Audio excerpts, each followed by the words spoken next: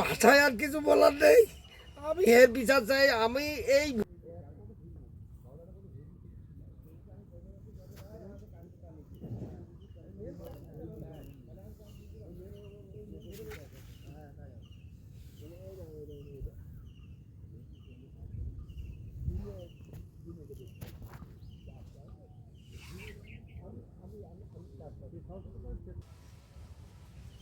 মানুষ হত্যার বিচার হয়।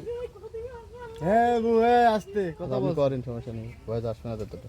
মানুষ হত্যার বিচার হয়, মামলা হয়, কিন্তু এই ফসল হত্যার বিচার করবে কি?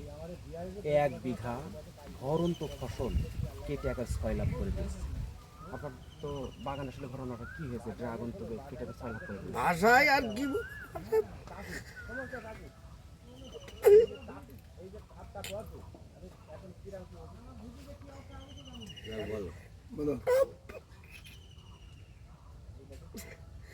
ওইটা আমি কিন্তু সত্যি কথা যেটা আমি আমলিক করি, আবার এই ওয়ার্ডেরও সেক্রেটারি।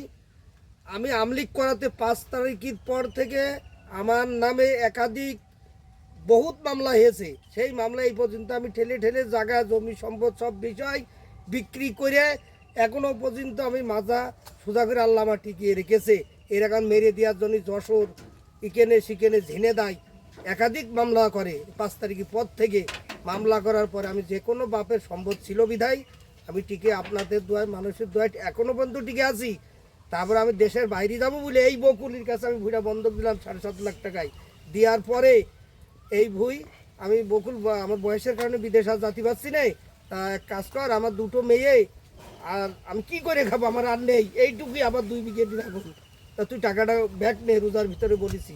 আমরা স্বামী স্ত্রী দুজন উভয় যেয়ে ও নিইনি, না নেওয়ার পরে আমার মতন আমি রয়েছি। পরে পরস্পর শুনতে পারলাম ইয়াসিন আর মহিদুল ঈদের কাছে ও লিজ দিয়ে দিয়েছে 1 বছরের 2,22,000 টাকা।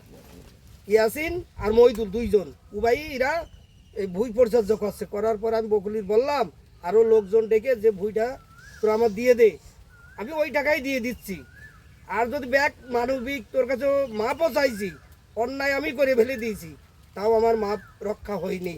না হওয়ার পরেও আমি পরে আবার 4-5 দিন পর আবার লোকজন ডেকে এক জায়গায় করার পরে আমার ও 2,22,000 টাকা দিয়ে ভুঁইটা আমি নিয়েছি।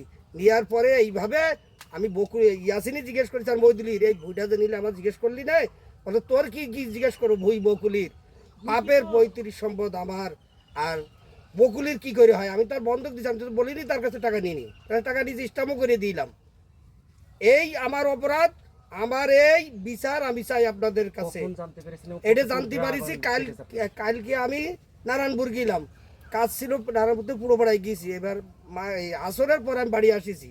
আসলে এই আমিনুরি বলছি সদিনই আমি তো কালকে একটু ঢাকায় বেড়াতে যাব, তোর এই ভুঁইটা দেখাবো কীভাবে এই নেট কোটা ছিঁড়ে গিয়েছে, এগুলো তুই সব লাগাবি, খুঁটি মুটি কেটে 5-7 দিন তোর পরে সব দায়িত্ব থাকলো।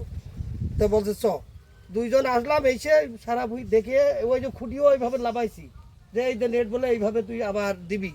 দেওয়ার পরে এবার ওই পাশতে দুইজন দেখে শুলে আমি কিন্তু খেয়াল করিনি। এ বলছে ভাই ড্রাগন গাছ কাটা কেন ড্রাগন কাটবে কিটা, বলছো এই যে দেখ, এই আস্তে আস্তে দেখতে দেখতে দেখতে 3 লাইন সব এই আলো আল সব কাটা, প্রায় 15 থেকে 16 কাঠা জমি আমার ড্রাগন কেটে দিয়েছে 2 বিঘের ভিতরে। আর কেউ কাটেনি, আরো অন্যান্য লোক আছে, এর অজ্ঞাত অনেক আছে। আমার মেরে ফেলে দেওয়ার জন্য এরা ষড়যন্ত্র করিল। রাস্তাঘাটে আমার কয়েক জায়গায় হামলা করেছে, একাধিক মামলার কাগজ আছে আমার।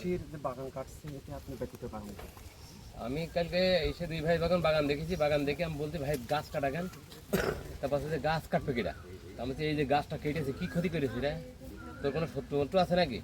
তারপর সত্য আর কি ভাই, এই কাহিনী যে কাহিনী ভাই বললো, এই কাহিনী একটা সন্তানকে ভেবে মানুষ করা হয়, ফসল তো কিন্তু লক্ষ লক্ষ টাকা। ভাই এখানে আপনি বুঝতে পারছেন যে এই জমিটা উনি বাইরে যাওয়ার কথা বলেছে, কিন্তু যে জমিটা বন্ধক দেবে। তা আমার সাথে কথা হওয়ার পরে আমি 7.5 লাখ টাকা দিয়ে 8 বছরের ডিটি জমিটা বন্ধক নিয়েছি। আমি বলি আগে ক্লিয়ার করে নিই। এই বন্ধক নেওয়ার পরে চাচা আবার আসলে বিদেশ জাতি চাইলে বয়সের কারণে যাই হয়নি সমস্যা। পরবর্তীতে ওইটা আমার কাছে বলছিল, আমি বললাম যে আমি অনেক টাকা ঋণ করে এত টাকা দিই 7.5 লাখ টাকা 8 বছরের ডিট, তা আমি তো এখন সম্ভব না। তারপরে চাচা যখন এটা হইলো না, 5-10 জন লোক থেকে করার পরে এই জমিটা আমি বললাম যে লিজ দেবো। তা আমি লিজ দিয়েছিলাম ইনার ভাই ইনাদের সাথে শত্রুতা কি তাও আমি জানি না। ইয়াসিন আর ওর ভাই আমার বন্ধু, ইয়াসিনের ভাই, তা ওদের সাথে কথা বলে ইয়াসিনের কাছে আমি জমিটা লিজ দিই 1 বছরের জন্য 2,20,000 টাকায়। কিন্তু পরবর্তীতে চাচা আমার ডাইকে বললে যে খোকা ইয়াসিনের কাছে দিবি, তা তুই আমার কাছে বলবি না ওই জমিটা আমার দিতে হবে, মানে অনেক কাহিনী। তারপর বললে যে জমিটা আমি লিজ করবো, যেহেতু আমার ভূমি আমি লিজ করবো, ইয়াসিনের কাছে দেওয়া লাগবে না। পরে আবার আমরা 20 জন লোক বাজারে বসে ও ডেকে মেকে জমি চাচা আবার 20,000 কম দিলাম, আমার 2 লাখ টাকা লিজি 1 বছরের জন্য দিয়েছি। আমি নভেম্বর থেকে ডিসেম্বরের ভিতরে বইতে আসবো, চাচা আছে নভেম্বর ডিসেম্বর পর্যন্ত বইতে থাকবে, আর 7 বছর আমি করবো। এখন মনে করেন যে ওই ইয়াসিনি টাকা দেওয়া হয়ে গেছে, চাচা মনে করেন যে এখন বই এই 1 বছরের জন্য সে নেই। এখন চাচা বলতে চাচ্ছে যে তাদের সাথে আমার ওই যে জমি লিজ দিয়েছি শত্রুতা, কিন্তু বিষয়টা আছে সম্পূর্ণ ইনিই ভুইতে থাকে। আমি তো ওই বন্ধক নেওয়ার পরে লিজ দেওয়ার পর আমি আর ভুইতে আসিনি, কিন্তু এই ক্ষতি যেই করুক এটা তো আমি দেখিও নি জানিও নি, কিন্তু এই মনে করেন সর্বোচ্চ ক্ষতি কিন্তু আমার। কারণ এরপরে তো বইটা মনে করেন যে আমি 6 মাস পরে তো আমি বইতে আসবো। ইনি যে এই বইটা নিয়ে কত যত্ন করেছে, না হলে এই বইটা মনে করেন হুট করে মাঝে যত্ন কম ছিল, পচা পাশকে শুরু হয়ে গেছিলো, ছাটবাট করে অনেক যত্ন করে বইটা আজ একটা লাইনে এসে এখানে মনে করেন 4-5 লক্ষ টাকার দণ্ড হবে। যে ক্ষতি হয়েছে এই বছরের সিজনে প্রায় 1 বিঘে বই যে ক্ষতিটা করে। মাসখানিক পরে তো ফুল আসবে। মাঝখানে ফুল আসা Already হয়েছে, ফুল অলরেডি ফুটেছে। ফুল বাট পেটে গিয়েছে, কিছু ফুলও এসে গিয়েছে, বুঝছেন। এখন দিনের বেলা কি রাতের বেলা বাংলা মোকদ্দমা আমি কালকে থানায় গেলাম, অভিযোগ দায়ের করেছি। আজকে হলো প্রশাসন আসার কথা, এখনো পর্যন্ত আসেনি। এই পর্যন্ত এইভাবেই আছি। মনের ভিতরে অনেক কষ্ট। তো কষ্ট মানে কি, আমি তো বুক ভরা ব্যথা নিয়ে সবকিছু বললাম। আজ যে 5 তারিখের পর থেকে যে অত্যাচার নিপীড়ন আমার, যা এর আগে ঘর ভাঙতে গিয়েছে কয়েকবার, এর আগে আরো এই ড্রাগন ভুই কিন্তু কাটার জন্য ষড়যন্ত্র বহুত করেছে, কিন্তু পারিনি। এই গতকালকে বেলা 2টোর সময় ঘটনাটা ঘটিয়েছে, আমি বাড়ি নেই, এই কাজটা আমার ড্রাগনটা কেটে দিয়েছে। চাচি কি বলবে কিছু ভাবি? কাজের